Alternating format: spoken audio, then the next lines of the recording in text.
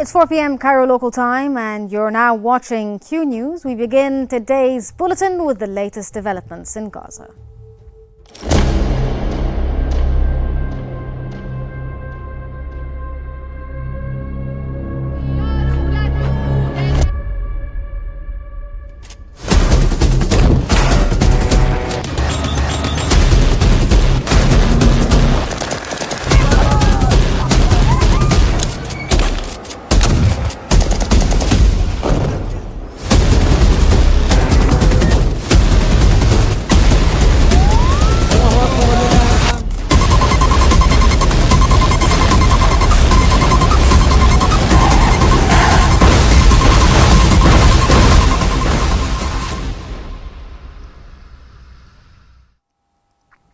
The Palestinian Ministry of Health has reported the death of 51 individuals and the injury of 164 others in 3 massacres perpetrated by Israeli occupation forces against families in Gaza within the past 24 hours.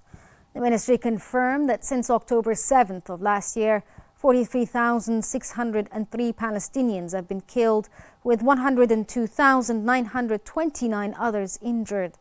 Many casualties remain trapped under the rubble or in areas inaccessible to rescue teams.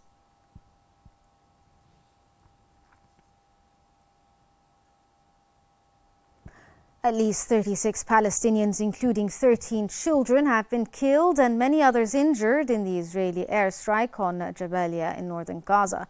Palestinian media reported that Israeli warplanes targeted a densely populated house in Jabalia's central neighborhood where displaced families were sheltering. The attack completely destroyed the building, leaving many trapped under the rubble.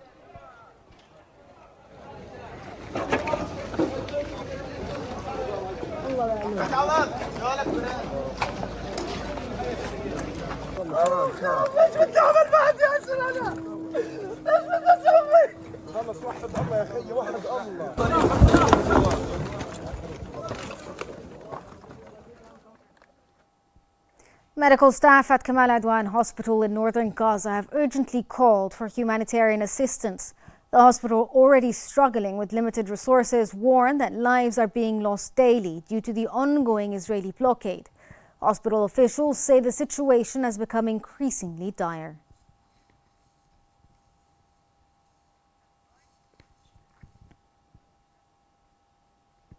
UN Relief and Works Agency Commissioner General Philippe Lazzarini has warned of a looming famine in northern Gaza, where Israeli forces have been conducting a month-long military offensive. Lazzarini condemned Israel's tactics, accusing the military of using hunger as a weapon. He also highlighted the severe shortage of humanitarian aid, with just 30 trucks entering Gaza daily, meeting only 6% of the population's food needs.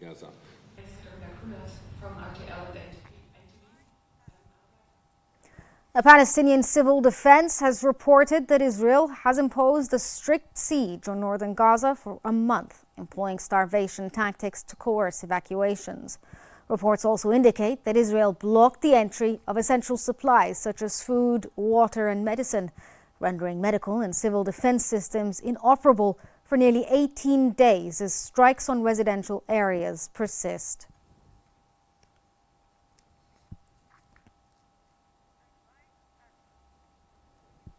Gaza is facing a deepening humanitarian crisis as Israeli airstrikes continue, causing severe shortages of essential supplies and rising civilian casualties. Gaza faces a worsening humanitarian crisis as Israeli airstrikes persist, leaving the territory with severe shortages of essential supplies, increasing civilian casualties and rising international demands for a ceasefire. Israeli attacks target areas claimed to be used by Hamas. However, these operations result in extensive civilian casualties and widespread infrastructure damage. According to local and international reports, Gaza's healthcare system is on the brink of collapse, with hospitals struggling due to severe shortages of medical supplies, fuel, and clean water. The World Health Organization has issued a stark warning of a potential famine in Gaza, citing extreme shortages of essential supplies and an inadequate flow of humanitarian aid.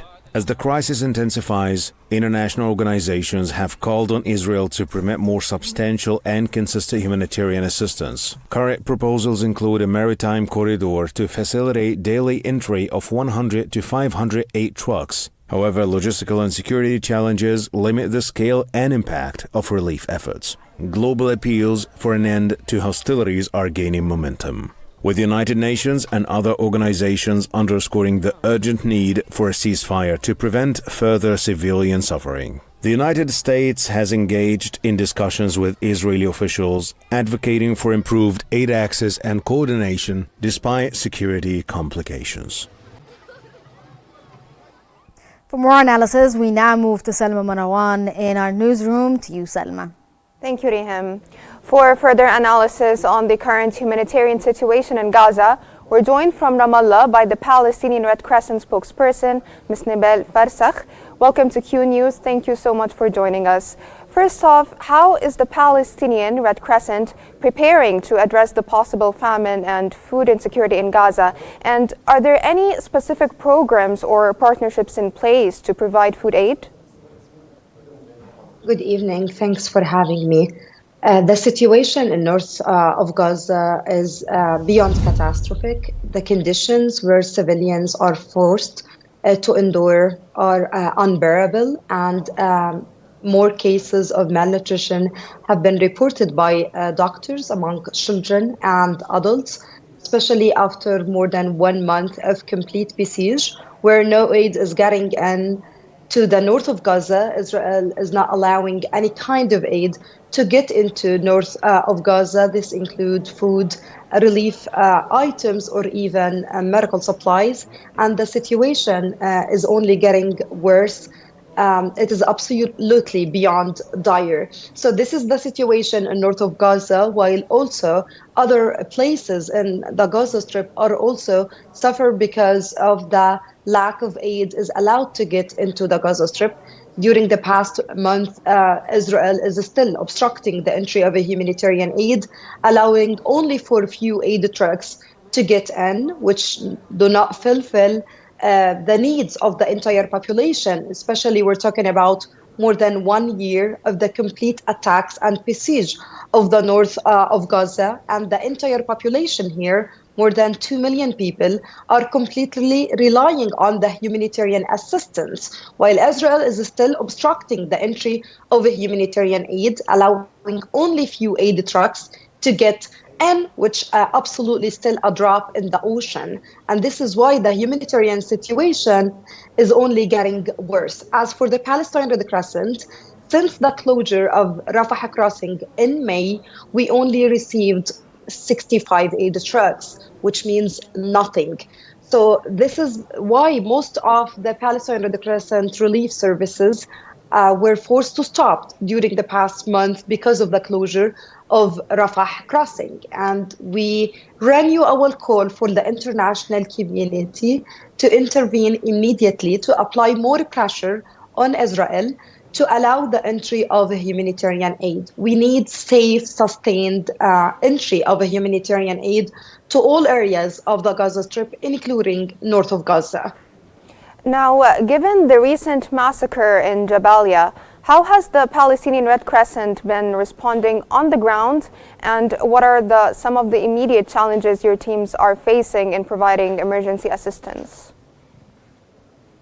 So basically, for the past month, the Palestinian Red Crescent and other healthcare service providers have been prevented from reaching the areas in north of Gaza. So currently in north of Gaza, there is not even a single ambulance that is still operating in the area which are the besieged area. And here I mean Jabalia refugee camp, Beit Hanun, and Beit Lahia.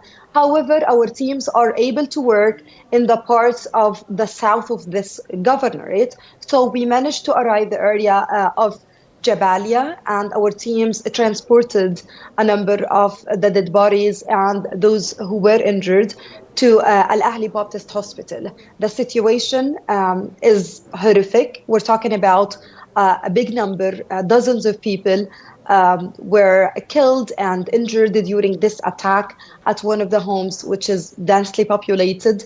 And it was so hard to deal with this increasing number of victims, especially that there is no enough ambulances who are still operating in this area. And at the same time, we're talking about hospitals who are barely operational. So as hospitals who lack medications, medical supplies, having and to receive all this number of casualties at one time, it is absolutely hard for all of the doctors to continue providing their life-saving services for the affected population, especially within the extreme shortages of medications and medical supplies. The situation in north of Gaza is really hard because we're talking about not allowing civilians to receive emergency medical services through preventing the ambulances and rescue teams from reaching the besieged area in north of Gaza. And at the same time, repeated attacks at the hospitals and in the surrounding areas of these hospitals, not allowing medications and medical supplies even to be sent to these hospitals, has resulted to the very minimum medical services being provided by these hospitals, especially that most of the doctors were forced to evacuate, and these hospitals can't, like, barely literally provide first aid. Yeah, speaking of hospitals, I want to shed light on this issue more, because with Gaza's hospitals running out of medical supplies, like you've mentioned, what actions has the Palestinian Red Crescent taken to support the healthcare system, and what are the specific needs of the medical sector right now? The Palestinian Red Crescent continue to provide its medical services and emergency medical services everywhere, including in north of Gaza, as much as we can. Today, as part of a coordinated mission, the Palestinian Red Crescent is working to evacuate a number of patients from Al-Auda Hospital to Al-Shifa Hospital in Gaza City. So this is one among several evacuation missions were made in coordination with our partners, including WHO and the ICRC, to evacuate patients from the hospitals in north of Gaza to hospitals in Gaza City. During the past month, and because of the continued military attack on north of Gaza, four of the Palestinian Red Crescent medical points were taken out of service because they are located in the claimed red zone area.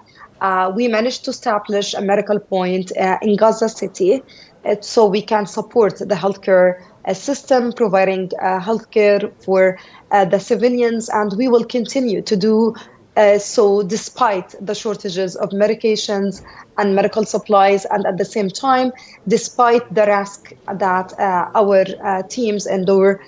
Since the beginning of the war in Gaza, we have already lost 19 PRCS members were killed while on duty trying to save other people's life. Dozens of our ambulances were taken out of service due to attack, and we will continue to provide our life-saving services for the community as much as we can. That was the Palestinian Red Crescent spokesperson, Ms. Nabel Farsakh. Thank you so much for your insights and for all the valuable information you provided us with. Now we're going to move back to Rihem for more news and developments around the world. Thank you, Salma, for that interview. We move on to Israeli occupation forces having conducted a series of overnight raids across the West Bank, detaining at least 10 Palestinians. The raids targeted several areas, including Jenin, Bethlehem, Ramallah, Tubas, and Jerusalem. These operations were marked by violent home invasions, widespread property damage, and threats against detainees and their families.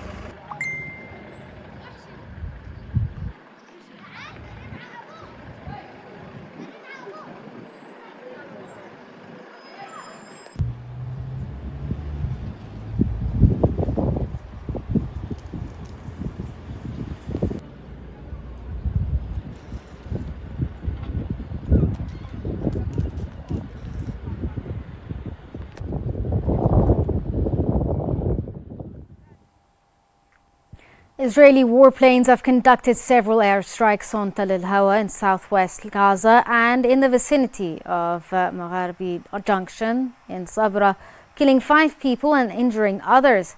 Palestinian media reported that Israeli artillery heavily shelled areas around Al-Alam roundabout in Rafah in northern Gaza.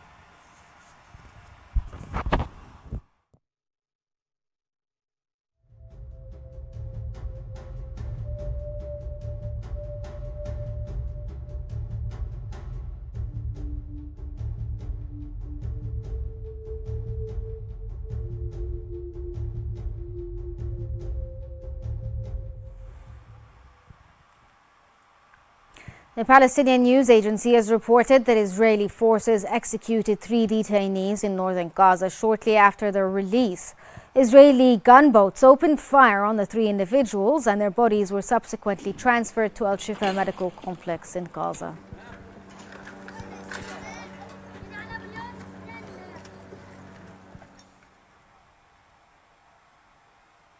Palestinian media has reported that Israeli occupation forces raided the town of Kafr Malik, northeast of Ramallah in the West Bank, sparking clashes between Palestinians and Israeli soldiers in the nearby village of Al-Mughayr. Separately, Palestinian factions announced they had targeted Israeli forces near a mosque in the old city of Nablus.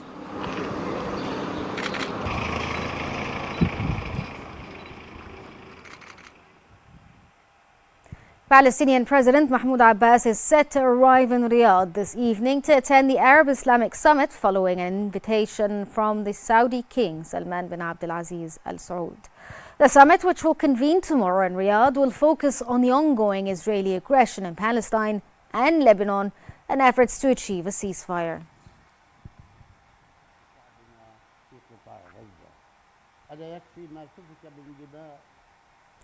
Gaza has been facing an escalating humanitarian crisis with thousands killed, severe injuries, widespread hunger, and medical shortages.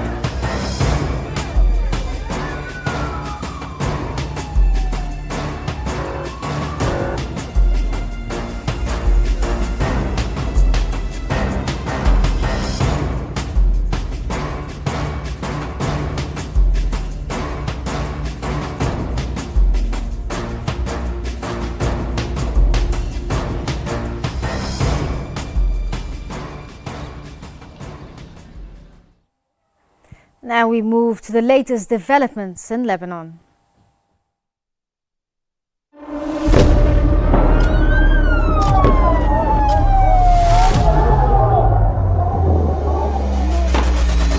كل المستهدفين هن مدنيين. وضع شيء مرعب، شيء بخوف.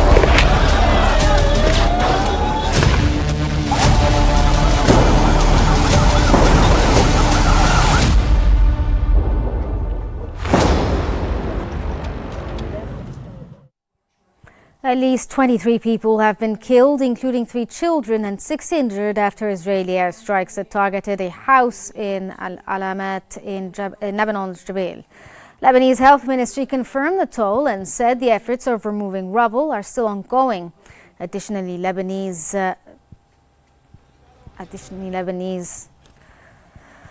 health officials had stated that this.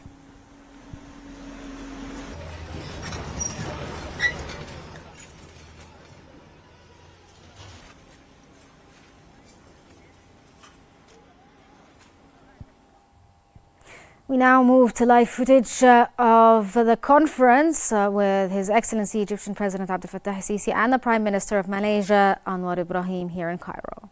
نخفف ما أمكن من حجم القتل وحجم الجوع اللي موجود في قطاع غزة وأيضا in Gaza sector. This situation will lead the country to some risks in Gaza, Lebanon, and this is a situation that we agreed on to end these crises and problems in our areas with the two countries to collect our country. And this is the reason of this situation. And in 40 years, we doesn't succeed this. Maybe the absence of political violence, and this solution will be the solve with this solution, and it will be our reason to this solution. And also we agreed on the important dispute issues in Sudanese and Syria, Lebanon, Yemeni, to reach the security, and it will affect in all cities, not only the security in this area, but international security. And this is a small reform for Malaysia. Maybe the collaboration with two countries or toward these issues that will affect negatively. And once again, I welcome to you in our country, which is Egypt, and thank you for coming here.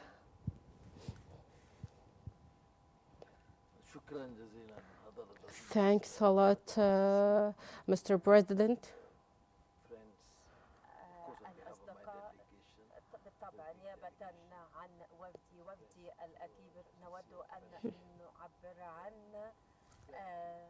امتناننا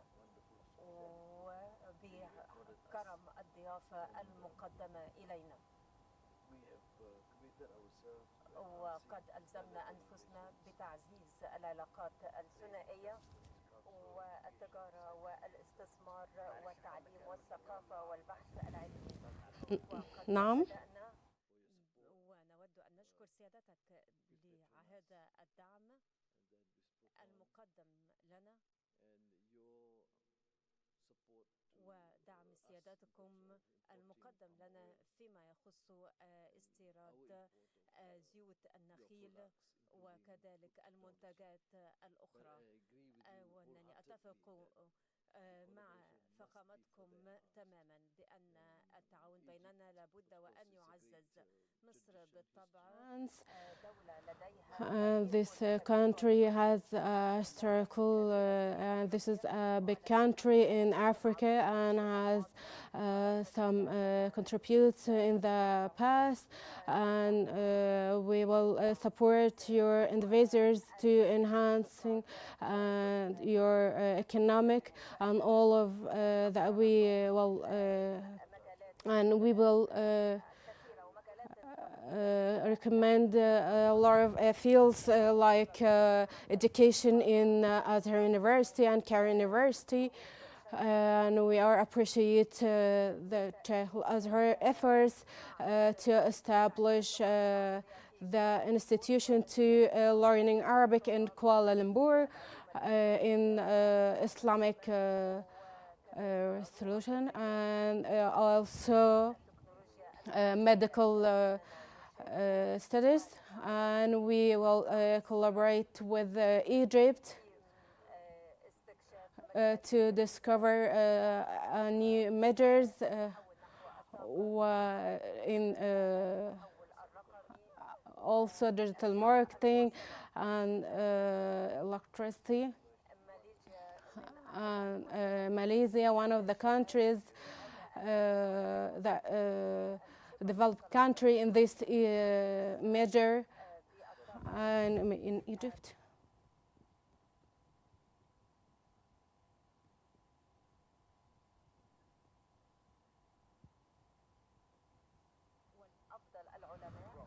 This is our perfect scientists and experts in the world. We should to make a positive with this to our country, and also I wanted to thank Your Excellency, and also want to thank Egypt to support our point to be a member of the BRICS, and also Egypt had a historical vote to support our third world in the BRICS, and thanks President for your support, and we learned a lot from Your Excellency, and also Egypt, one of the countries that has willing to resilience and and thanks a lot for your helping ASEAN. And this is a rule, important rule to collaborate with our friends to keep the resilience, and also Rizdiana President, in the next year we will exert our efforts, and also wants to ask our friends to collaborate with Egypt, because it is a vital country in this era, and collaborate with ASEAN in Egypt, because you are one of the founder of Federal Africa. And he also wants to thank you, Mr. President, and Egyptian support in these individuals to send their helping relief in Gaza. And also it is will be the ban with Israel, but you entered this to help, and to help Gaza in this matters, and allow it to the drones, military drones, to enter to help Gaza sector. And thanks a lot for your Egyptian help for Palestinians, and in Gaza now.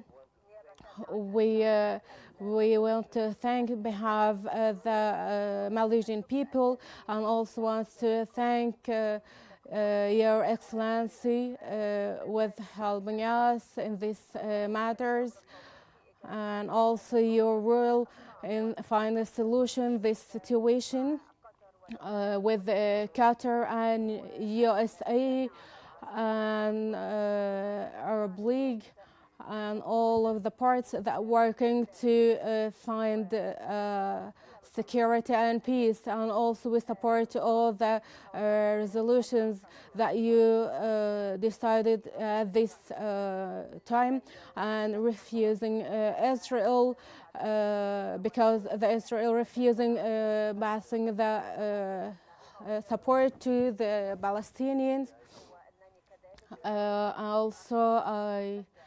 Also, I encourage this plan, when there is a country that refused to continue with this matters, I mean Israel,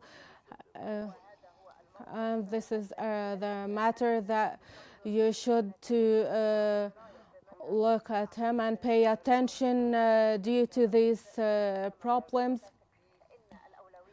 to the priority ceasefire, also we're back the security and peace, to help children and women. So I share these emotions with Your Excellency, and also I'm looking for our friends, Arab friends, to discuss these matters tomorrow in Riyadh. There is Mr. President. We are friends and looking for your visiting here in Malaysia, and we welcome you as a brother, as a trusted friend. I wanted to insist in there is some ways that you should to help each other, to enhancing the linking of our relationships and religions and culture. Thanks a lot, Your Excellency.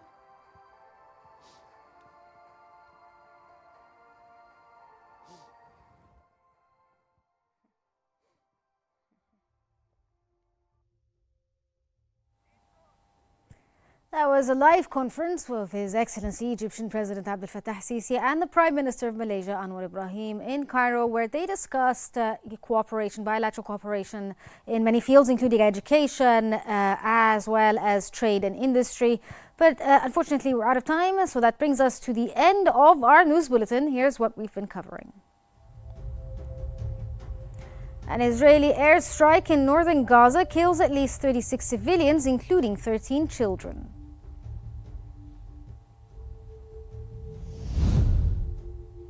The United Nations warns of a looming famine in northern Gaza.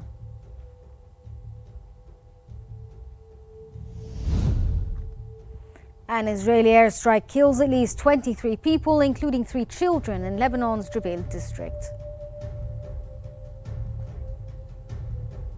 This concludes our news bulletin for the hour. Don't forget to follow Qnews on YouTube, Facebook, X, Instagram, and TikTok at QNewsEG to stay informed. Thank you for watching, and stay tuned for more updates here on Qnews.